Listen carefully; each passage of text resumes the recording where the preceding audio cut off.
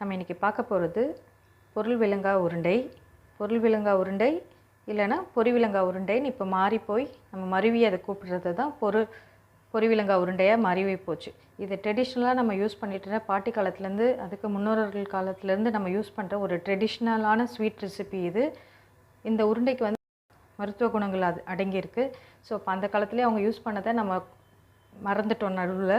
So இப்போ இது அந்த ரெசிபியை வந்து எப்படி பண்ணலாம் அப்படின்றத நான் ஷேர் பண்ணுறேன். இதுக்கு தேவையானது வந்து 1 கப் இட்லி அரிசி, 1 கப் இட்லி அரிசிக்கு 3/4 கப்பு வெல்லம், 1/2 கப்பு வேர்க்கடலையை வறுத்து பொடிச்சு எடுத்து வச்சுருக்கேன். இந்த மாதிரி ஒன்றும் பார்த்தீங்கன்னா பொட்டுக்கடலை, நம்ம சட்னிக்கு யூஸ் பண்ணுற பொட்டுக்கடலை 1/4 கப்பு, தேங்காய் வந்து இந்த மாதிரி துருவின தேங்காய் வெள்ளையாக வெறும் வெள்ளையாக மட்டும் துருவின தேங்காய் ஒரு 1/4 கப்பும், இதில் ஒரு 1/4 கப்பும் வந்து பல்லாக அரிஞ்ச தேங்காவையும் ஒரு 1/4 கப்பு எடுத்து வச்சுருக்கேன்.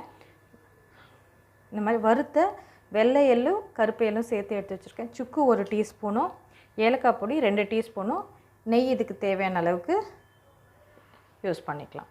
ஸோ இப்போ இந்த பொருள்விலங்காய் உருண்டையை எப்படி செய்யுதுன்னு பார்க்கலாம்.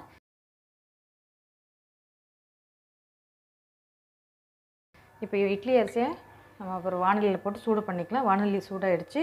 இப்போ இதில் நம்ம இதை போட்டு வறுத்துக்கலாம். இப்போ இது வறுக்கிறது தான் கொஞ்சம் டைம் எடுக்கும். இது நல்ல பொன்னிறமாக வதக்கணும்.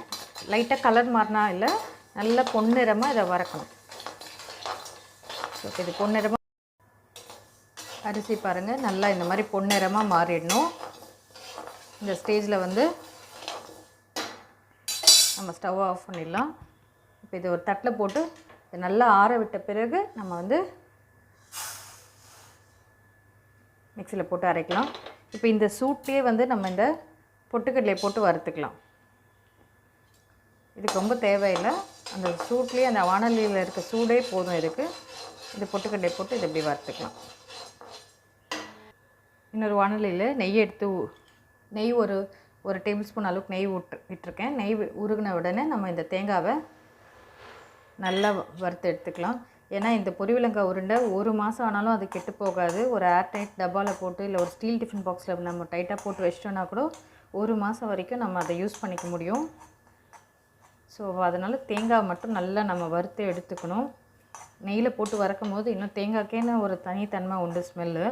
ஸோ அதில் நெய்யில் போட்டு வறுக்கும் போது இன்னுமே அதோட டேஸ்ட் அண்டு ஃப்ளேவர் வந்து நல்லா கிடைக்கும் நமக்கு.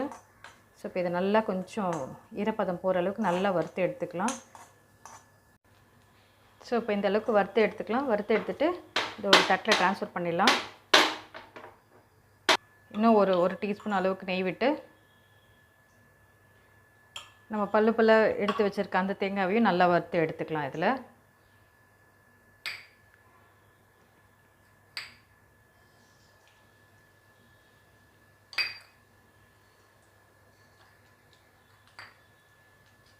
இது நல்லா நெய்யில் பொரியட்டும்.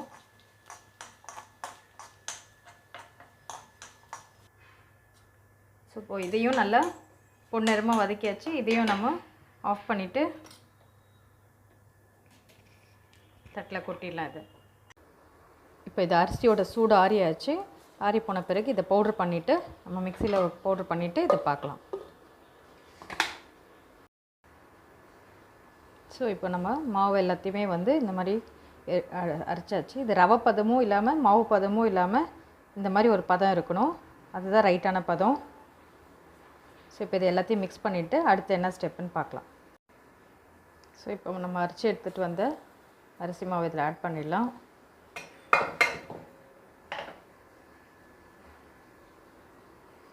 அடுத்து வேர்க்கடலை, பொட்டுக்கடலையே வறுத்தது அப்படியே ப்ளெயினாகவே போட்டுக்கலாம். இது நம்ம பொடி பண்ண வேண்டியதில்லை. எள்ளு,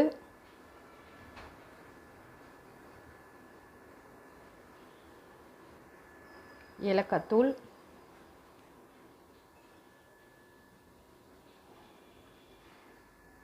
சுக்கு பொடி, வறுத்து வச்சுருக்க தேங்காவும் இதில் ஆட் பண்ணிடலாம்.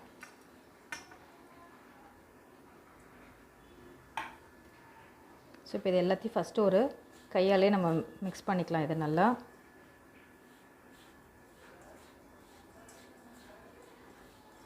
ஸோ இப்போ பாருங்கள், பார்க்குறதுக்கே ரொம்ப நம்ம கருப்பு எள்ளு போட்டதுனால பொட்டுக்கடலை போட்டதுனால அங்கங்கே தேங்காய் வந்து துருவலும் போட்டிருக்கேன். துருவல் எல்லா இடத்துலையும் நமக்கு கிடைக்கும். பல்லாக போட்டதும் வந்து நம்மளுக்கு சாப்பிடும் போது நல்லாயிருக்கும், பசங்களுக்கும் சரி பெரியவங்களுக்கும். இப்போ இதை நல்லா மிக்ஸ் பண்ணிக்கலாம்.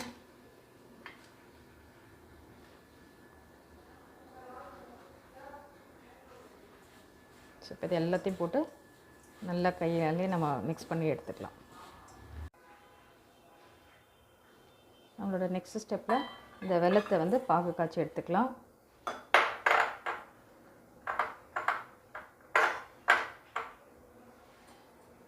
எல்லாம் இதை எடுத்துட்டு இது ஜஸ்ட்டு மேலே முழுகிற அளவுக்கு ஒரு 2 டேபிள் ஸ்பூன் அளவுக்கு தண்ணி விட்டால் போதும். ஸோ இதை பற்ற வச்சுக்கிறேன். நம்ம எடுத்து வச்ச வெல்லம் அதாவது முழுகிற அளவுக்கு தண்ணி ஊற்றிருக்கேன். இப்போ இதை கொஞ்சம் ஹையில் வச்சு நல்லா கலரி விடுங்க. கொஞ்சம் பொங்க ஆரம்பித்தோடனே சிம்மில் வச்சிடலாம். அது வரைக்கும் கைவிடாமல் கலரிட்டே இருந்தோன்னா நம்ம ஹையிலே வச்சு முடிச்சிடலாம். ஸோ இப்போ இதில் ஃபில்டர் பண்ணி எடுத்துக்கலாம்.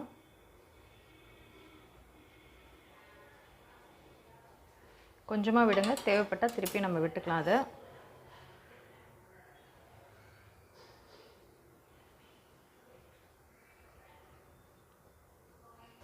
ஃபஸ்ட்டு ஸ்பூனில் போட்டு மிக்ஸ் பண்ணுங்கள். ஏன்னா நல்லா சூடாக இருக்கும் கொஞ்சம் பாகு. கொஞ்சம் சூடு ஆறின பிறகு நம்ம கையில் பார்க்கலாம்.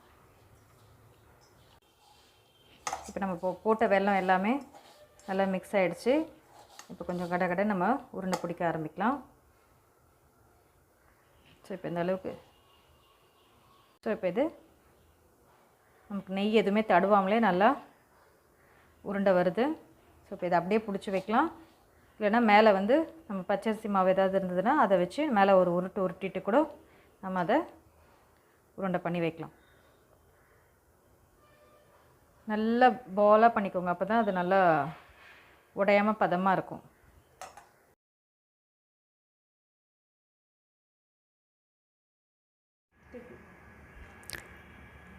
இந்த வீடியோ உங்களுக்கு பிடிச்சிருந்தா சப்ஸ்கிரைப் பண்ணுங்கள்.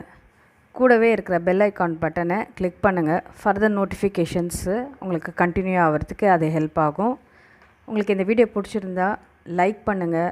ஏதாவது கமெண்ட் பண்ணணுன்னு இருந்தால் கமெண்ட் செக்ஷனில் கமெண்ட் பண்ணுங்கள். இது யூஸ்ஃபுல்லான வீடியோவாக இருந்தால் உங்கள் ஃப்ரெண்ட்ஸ் ரிலேட்டிவ்ஸ்க்கு ஷேர் பண்ணுங்கள். மறக்காமல் சப்ஸ்கிரைப் பண்ணிவிடுங்க. Bye friends. நெக்ஸ்ட் வீடியோவில் நல்ல ரெசிபியோடு பார்க்கலாம்.